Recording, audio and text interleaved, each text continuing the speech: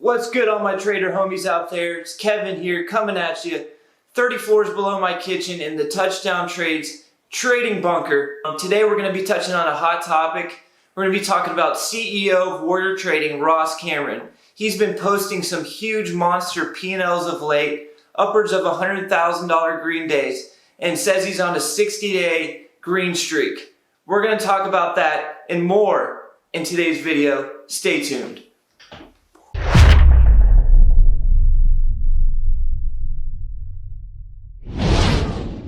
Alright, so let's get into the dirt. So CEO and founder of Warrior Trading, Ross Cameron, has been posting huge P&Ls of late, absolutely crushing it, on a 50+ green day winning streak, and has had several days over 100K over the past month or so.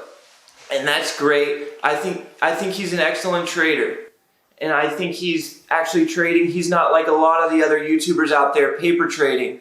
There is some paper traders out there that you need to be aware of. But Ross is a real trader. He's a world-class small cap penny stock trader. I'll be the first to admit that. But I think a lot of the newer traders getting into industry need to be careful when they see these huge P&Ls that Ross is posting and the consecutive 50-day green streaks that he's posting, because he has a lot of things and tools that he can utilize that the average trader doesn't. And we'll get more into that as we progress into the video. Okay, so what do I mean that he has tools in kind of like a wind? He has the wind at his back when he's trading, while your average trader has the wind coming at them, and they're like an airplane trying to cut through the wind, a hurricane, and they're trying to fly through the wind, but they just can't seem to get through that wind. Well, Ross has a trading community of several thousand people that he trades with every day. And when he calls out a trade, they see that. He's live streaming his trades, and they see that. And a lot of those newer traders, they're just jumping in behind him at the call out of the trade. They're just jumping in and getting in on his trades. And they think that just because Ross is taking the trade and Ross is green on these trades, that if they buy when he calls it out and sells when he calls it out, they will be able to emulate his trades identically, which is absolutely not true. And I'll tell you why. To better understand this, we need to talk about something called float first. If you're a more experienced trader, you probably already know what float is, but I'm going to go ahead and talk about it for a second for the newer traders in the industry, because I know a lot of new traders are getting involved. And I think that's great. Any trader that Ross can bring into the stock market, into the industry, by posting his P&Ls and his huge days is great. Any new trader getting in because of Ross did something good, right? If Ross is bringing people and exposing them to the stock market, that's excellent. But there does need to be some red tape around it. And let's talk about float, and then we'll get into the red tape. So float is basically how many shares a particular stock ticker company has available to trade, right? So let's say a big huge company like Apple has a float of hundreds of millions of shares, while the stocks that Ross is trading, the small cap penny stocks, may have a float or shares available to be bought or sold on the open market of just a couple million shares, maybe only even 1 or 2 million shares. And that is crucial to understand, because a stock moves based on demand, right? So if the demand is high, if there's a million order for 1 million shares out there on a stock like Apple, it might not affect the price too dramatically.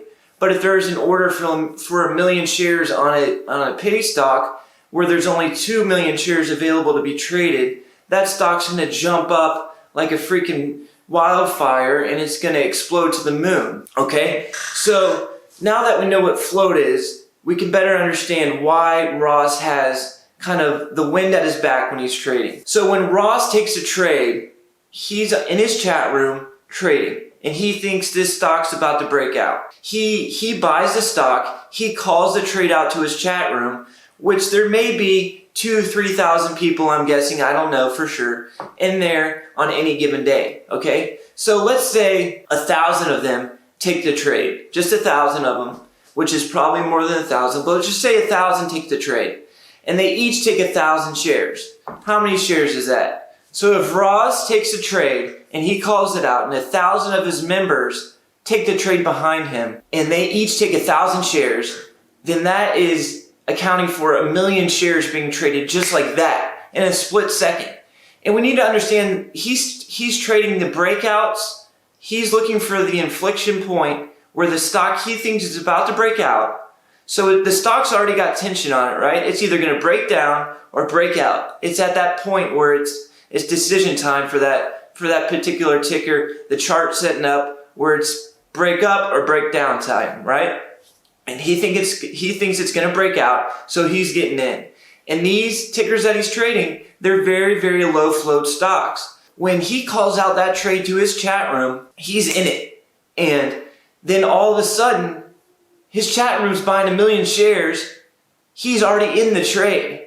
That provides a push for the stock. And he's trading pretty big size, right? Let's say he's trading 15,000 shares of a $4 ticker, okay? So he's in the trade. He's got 15,000 shares. He's only looking for maybe 25 cents, not even 20 cents before he takes profit on that trade. At least a piece off, until he takes a piece of the trade off and he's starting to scale out and looking to get back in or add or whatever. He's already in the green. So his members are kind of pushing the trade for him, and he's almost selling into his members. I'm not saying Ross is a pump and dumper. I don't think he is. I think Ross is one of the better YouTube traders out there when it comes to ethics and stuff like that. I really do.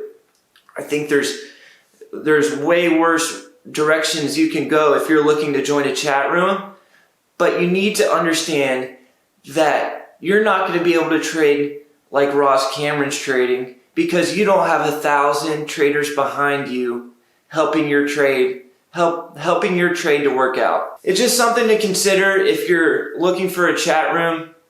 I'm not saying you shouldn't join his chat room. I'm not saying you should join his chat room, but I think it's important to understand when you're talking about trading these low float stocks that they're extremely risky.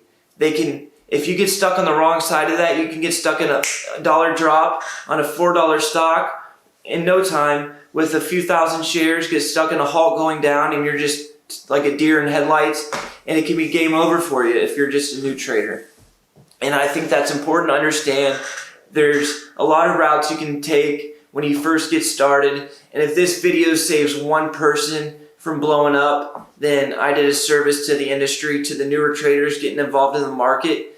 If I saved one person getting a sour taste in their mouth in the market. If you're new to the channel and you like live trading videos, options trading, swing trading, day trading, all the above, make sure you subscribe. Do me a favor and hit that like button. I really do appreciate it. Trying to get the channel's weight up here, trying to get the subscribers up here.